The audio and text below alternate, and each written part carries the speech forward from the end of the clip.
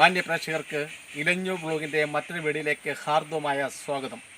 ഇന്ന് നമ്മൾ ചെയ്യുന്ന കൃഷി താമരക്കണ്ണൻ ചേമ്പിൻ്റെ കൃഷി രീതിയാണ്. താമരക്കണ്ണൻ ചേമ്പ് നമുക്കൊക്കെ സുപരിതമായ അതീവ സ്വാദിഷ്ടമായ ഒരു കിഴങ്ങ് വിളയാണ് ചേമ്പ്. അത് പല ഇനങ്ങളുണ്ട് ചേമ്പുകൾ. അത് താമരക്കണ്ണൻ ചേമ്പ് നമുക്കറിയാം. താമരക്കണ്ണൻ ചേമ്പ് എന്ന് പറഞ്ഞാൽ ഇതിൻ്റെ തണ്ടുകളൊക്കെ നല്ല ചുവന്ന നിറമായിരിക്കും, നീലയും ചുവപ്പും ഒക്കെ നിറമായിരിക്കും, വയലറ്റും ഒക്കെ നിറമായിരിക്കും. അതുപോലെ ഇതിൻ്റെ ഇലകൾക്ക് താമരയുടെ ഇലയുടെ കൂട്ടുള്ള ഒരു സാദൃശ്യമൊക്കെ ഉണ്ട്. അതുകൊണ്ടായിരിക്കാം ഒരു പക്ഷേ താമരക്കണ്ണൻ ചേമ്പ് എന്ന് പറയുന്നത്. സാധാരണ വിത്തുകളാണ് നമ്മൾ മണ്ണിൽ നടാറുള്ളത്. ഇത് വിത്ത് കിളിച്ചതാണ്. ഒരു മൂട് വിത്ത് ഞാനിവിടെ പാവി കിളിപ്പിച്ചതാണ്. ഈ വിത്ത് മണ്ണിൽ പാവി കിളിപ്പിച്ചാണ് അതാണ് ഇവിടെ നട്ട് നമ്മൾ വീഡിയോ ആക്കുന്നത്. ഇങ്ങനെ വേണേലും നമുക്ക് ചെയ്യാം. സമയത്തിൻ്റെ ദൗർലഭ്യം കൊണ്ടും അതുപോലെ തന്നെ മഴയൊക്കെ പെട്ടെന്ന് വരികയൊക്കെയാണെങ്കിൽ ഇത് പാവി നമ്മൾ ഉഴവൊക്കെ ശരിയാക്കിയതിന് ശേഷം നമുക്ക് നടാം. അപ്പോൾ അതിന് നമ്മൾ ആദ്യമായിട്ട് ചെയ്യേണ്ടത് ഇതിനൊരു തടം വെട്ടണം. തടം വെട്ടുക എന്ന് പറയുമ്പോൾ നല്ല വൃത്തത്തിൽ ഉള്ള തടമാണ് വെട്ടുന്നത്. വിത്തിന് ഒരുപാട് വലിപ്പമൊന്നുമില്ലെങ്കിൽ തന്നെയും ധാരാളം വിത്തുകൾ ഉണ്ടാവും.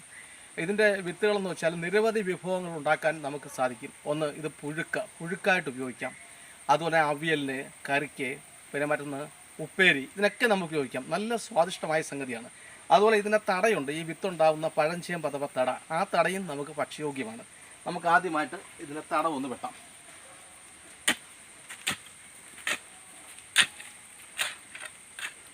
തടം വെട്ടി തടം ശരിയാക്കി കഴിഞ്ഞാൽ നമ്മൾ ചെയ്യേണ്ടതെന്ന് വെച്ചാൽ ഇതിനകത്ത് കല്ല് വേറെ ഓട്ടിൻ കഷ്ണങ്ങളെ അങ്ങനെയൊക്കെ എന്തെങ്കിലും ഉണ്ടെങ്കിൽ അത് മാറ്റിക്കളയണം.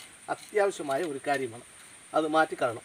കാരണം വിത്ത് മുതൽ നടിയിൽ മണ്ണ് ശരിയാക്കുന്നിടം വരെ ഉള്ളത് വിളവിനെ സ്വാധീനിക്കുന്ന പ്രധാനപ്പെട്ട ഘടകങ്ങളാണ്. മണ്ണ് ഒരുക്കുന്നതും വിത്ത് തിരഞ്ഞെടുക്കുന്നതും ഒരു കൃഷിയുടെ പ്രധാനപ്പെട്ട ഘടകമാണ്. നല്ല മാതൃസസ്യത്തിൽ നിന്ന് മാത്രമേ നടിയിൽ വസ്തുക്കൾ തിരഞ്ഞെടുക്കാവൂ. ഇനി നമ്മൾ അടുത്തായിട്ട് ചെയ്യാൻ പോകുന്നത് വെച്ചാൽ വളങ്ങൾ. നമ്മൾ ഈ താമരക്കണ്ണൻ ചേമ്പിൽ ഇടുന്നത് എല്ലുപൊടിയും കമ്പോസ്റ്റും മാത്രമേ ഇപ്പോഴിടുന്നുള്ളൂ. എല്ലുപൊടിയും കമ്പോസ്റ്റും അത് നമ്മുടെ കയ്യിലുള്ള അത്ര എല്ലുപൊടിയും നമുക്ക് കമ്പോസ്റ്റും മാത്രമേ ഇപ്പോൾ ഇടുന്നുള്ളൂ. പിന്നീട് കിളിച്ചതിന് ശേഷം മാത്രമേ നമ്മുടെ കമ്പോസ്റ്റാണ്.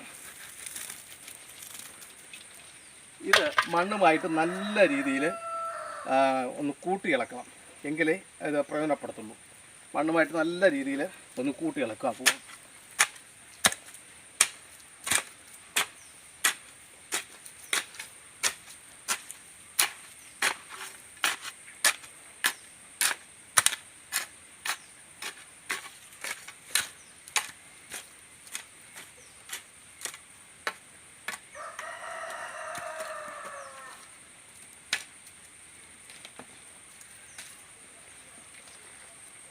ഒരു ചുവട്ടിൽ 2 വിത്താണ് വേണ്ട, 2 എണ്ണം ഒക്കെ ഇടുന്ന രീതി.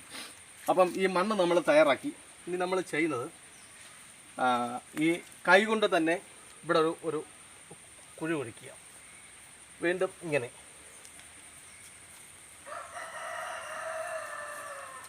ചുവട് നല്ല ഭംഗിയായിട്ട് ഉറപ്പിക്കണം. ഇനി നമ്മൾ ചെയ്യേണ്ടത് കരിയില വാരിയിടുക.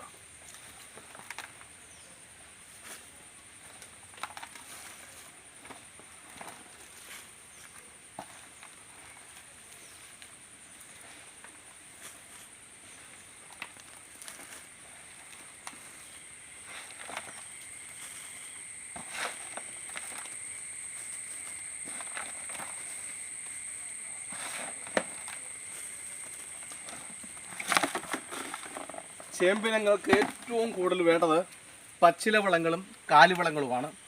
ചാമ്പലൊന്നും അധികമായിട്ട് ചേർക്കേണ്ട. അപ്പം പശുവിൻ ചാണകം, ആട്ടിൻ കാഷ്ടം, ഇതൊക്കെ ധാരാളം ഉപയോഗിക്കാം. ഇനി അടുത്ത വളം എന്ന് പറയുമ്പോൾ ഇതിന് 3-4 ഇലയൊക്കെ വന്നു കഴിഞ്ഞുണ്ടേ പച്ചത്തോലും ചാണകപ്പൊടിയും അല്ലെങ്കിൽ ആട്ടിൻ കാഷ്ടമോ പിണ്ണാക്ക് വളങ്ങളോ ഒക്കെ ഉണ്ട്. 2 വളം ചെയ്താൽ മതി. 2 വളം ചെയ്ത് ഒരു 7-8 മാസം ആകുമ്പോഴത്തേന് ഇതിൻ്റെ ഇലകളൊക്കെ പട്ടുപോയി അത് ഇരിക്കും.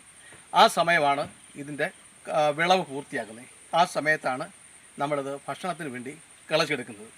ഇനി നമുക്ക് പിന്നെ ഇത് ചാക്കിൽ നട്ടുപിടിപ്പിക്കുക. അപ്പോൾ സ്ഥലവിസ്തൃതി കുറഞ്ഞവർക്ക് ഈ ചേമ്പ് ചാക്കിൽ നട്ടുപിടിപ്പിക്കുക. അത് മറ്റൊരു വീഡിയോയിലൂടെ നമുക്ക് കാണാം. ചാക്കിൽ നട്ടുപിടിച്ചാൽ വിളവ് അല്പം കുറയുന്നുള്ളേ ഉള്ളൂ, എങ്കിലും സാമാന്യം വിളവ് കിട്ടും. ആ രീതി നമുക്ക് മറ്റൊരു വീഡിയോയിൽ കാണാം. അപ്പോൾ ഇലഞ്ഞൂർ വ്ലോഗിൻ്റെ ഇത്തരത്തിലുള്ള വീഡിയോകൾ എല്ലാവർക്കും ഇഷ്ടമായെങ്കിൽ, ഇത്തരത്തിലുള്ള അറിവുകൾ ശേഖരിക്കാനും മറ്റുള്ളവർ എത്തിക്കാനും താല്പര്യമെങ്കിൽ ദയവായി ആദ്യമായിട്ടാണ് ഞങ്ങളുടെ യൂട്യൂബ് ചാനൽ കാണുന്നതെങ്കിൽ ലൈക്ക് ചെയ്യുക, ഷെയർ ചെയ്യുക, സബ്സ്ക്രൈബ് ചെയ്യുക. എല്ലാവർക്കും നന്ദി, നമസ്കാരം.